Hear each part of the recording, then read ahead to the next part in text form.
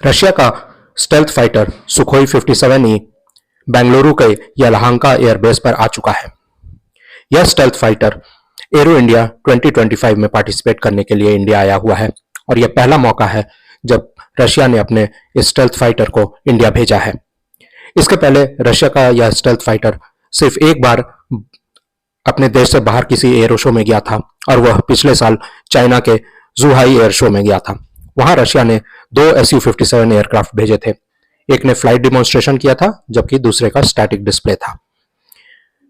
और जो plane India में आया है वह स्टैटिक डिस्प्ले पे भी रहेगा और कुछ आसमानी करतब भी दिखाएगा, यानी अपनी कलाबाजियां भी दिखाएगा।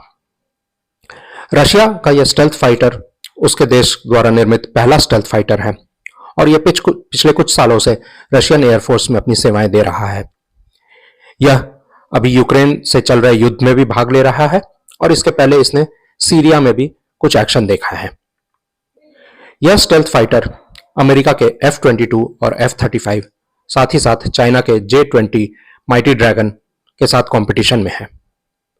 टर्की ने भी एक स्टेल्थ फाइटर बनाया है जिसका नाम कान है, लेकिन वह अभी भी टेस्ट हो रहा है और उसने अभी तक किसी भी कॉम्बैट में हिस्सा नहीं लिया है। तो रशिया का यह स्टेल्थ फाइटर सीधे सीधे अमेरिकन जेट और चाइनीज जेट के टक्कर में है। रशिया की यह भी उम्मीद है कि शायद यह स्टेल्थ फाइटर कुछ देशों को भा जाए और उन देशों में भारत भी है, इसीलिए इसे एरो शो 2025 में भेजा गया है।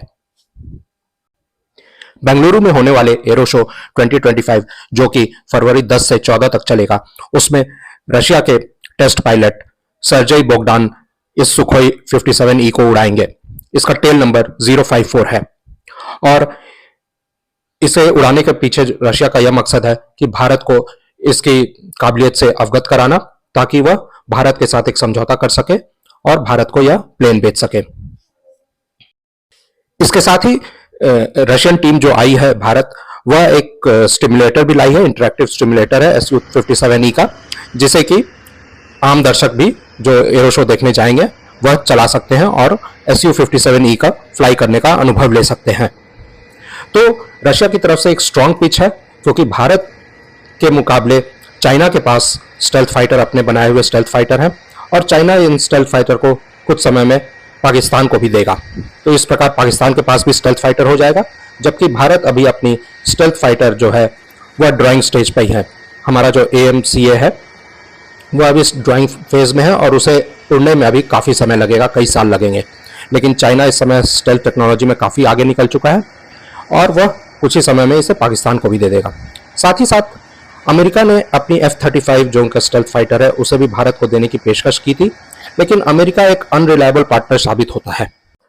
ऐसे में रशियन दल को यह उम्मीद है कि भारत सुखोई 57ई को अपने एयरफोर्स के लिए जरूर खरीदने की कोशिश करेगा।